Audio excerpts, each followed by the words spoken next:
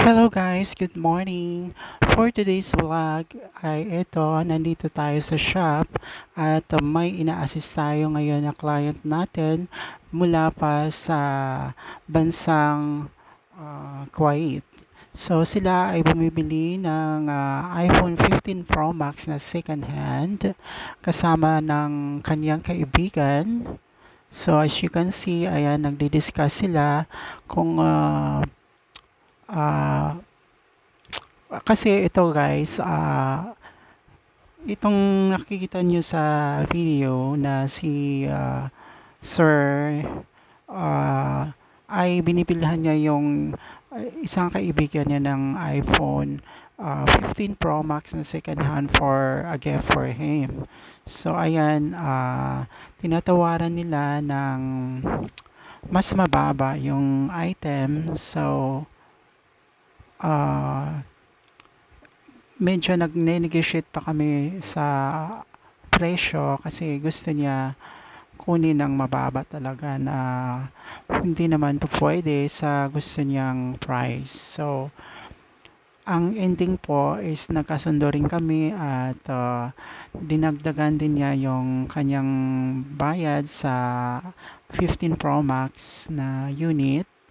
So, at least very thankful din kami kasi hindi naman masyadong fair lang yung binigay naming discount sa kanya. So, ayan, gusto pa niya may free case, free tempered sa presyo na binigay namin or sa presyo na pinagkasunduan namin. Gusto niya may kasama ng accessories. So, ang namin is pina-add na lang namin siya ng 500 lang for the accessories na free kasama sa unit na 15 Pro Max. Anyway guys, ang worth ng 15 Pro Max na binili nila ay 50,000 lang. 256 gigabyte siya na iPhone 15 Pro Max, 50,000. So, instead of 52, kasi ang selling price namin talaga is 55. So, 52 is supposedly is the last price. So, naibigay namin sa kanya ng 50 and then plus 500 for the accessories. Yun. So, ayan, nakikita niyo si kasama niya na isa, yung binibilihan niya ng 15 Pro Max. Yan, silang dalawa is magkaibigan niya sila. Siguro may ano, birthday nung isa or ewan ko, yun, binilihan niya ng 15 Pro Max. Kasi ang gusto talaga nitong kasama niya is 15 Pro Max. So, ito si Sir na binilihan niya, itong isang client natin na kasama niya na binilhan niya ng 15 Pro Max ay nag-canvas na sa akin to last week. So, bumalik siya ngayon kasama yung kaibigan niya kasi yun yung magbabayad. And actually, nasabi na rin sa amin nung itong nag-canvas sa akin na itong 15 Pro Max na bibiliin niya or bibilihan nila is hindi naman talaga para sa kanya. Ibibigay rin to niya sa kanyang wife. So,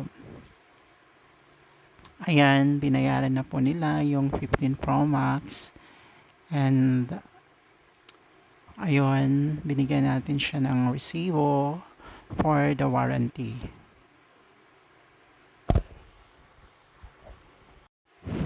So, ayun guys, tuloy tayo sa ating kwento dito sa ating client na bumibili ng 15 Pro Max. So, binayaran na nila yung 15 Pro Max and then ayan, inaayos na po natin yung accessories na kasama sa unit at binigyan natin siya ng resibo for the warranty. So, pinalagyan pa niya ng tempered glass para iwas gasgas yung screen pag nabagsak or So, pinalagyan na nila ng tempered glass yung iPhone 15 Pro Max na binibili nila. So, sabi nila, next time, bibili pa daw sila ulit pag yung mas higher unit naman or may mas 15 series din pero mas maliit 15 Pro ang gusto rin itong na naka-black na si Sir. So, sabi niya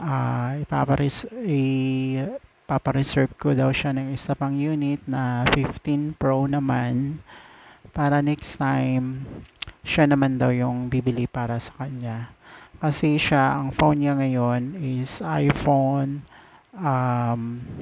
12, iPhone 12 Pro. So, gusto niyang i-upgrade sa 15 series kahit iPhone 15 Pro. So, next time, i-swap niya yung iPhone 12 Pro niya sa iPhone 15 Pro. So, ayun, sabi niya, bigyan ko daw siya ng more discount next time. So, sabi ko naman, no problem, sir. Hindi naman tayo as in malaki tumubo sa ating items. So, at least, meron na tayong or regular customer na babalik sa atin next time para bumili ulit.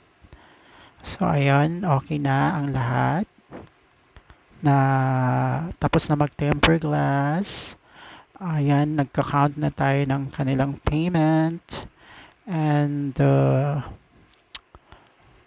ayun, nalagyan na rin ng casing ang unit.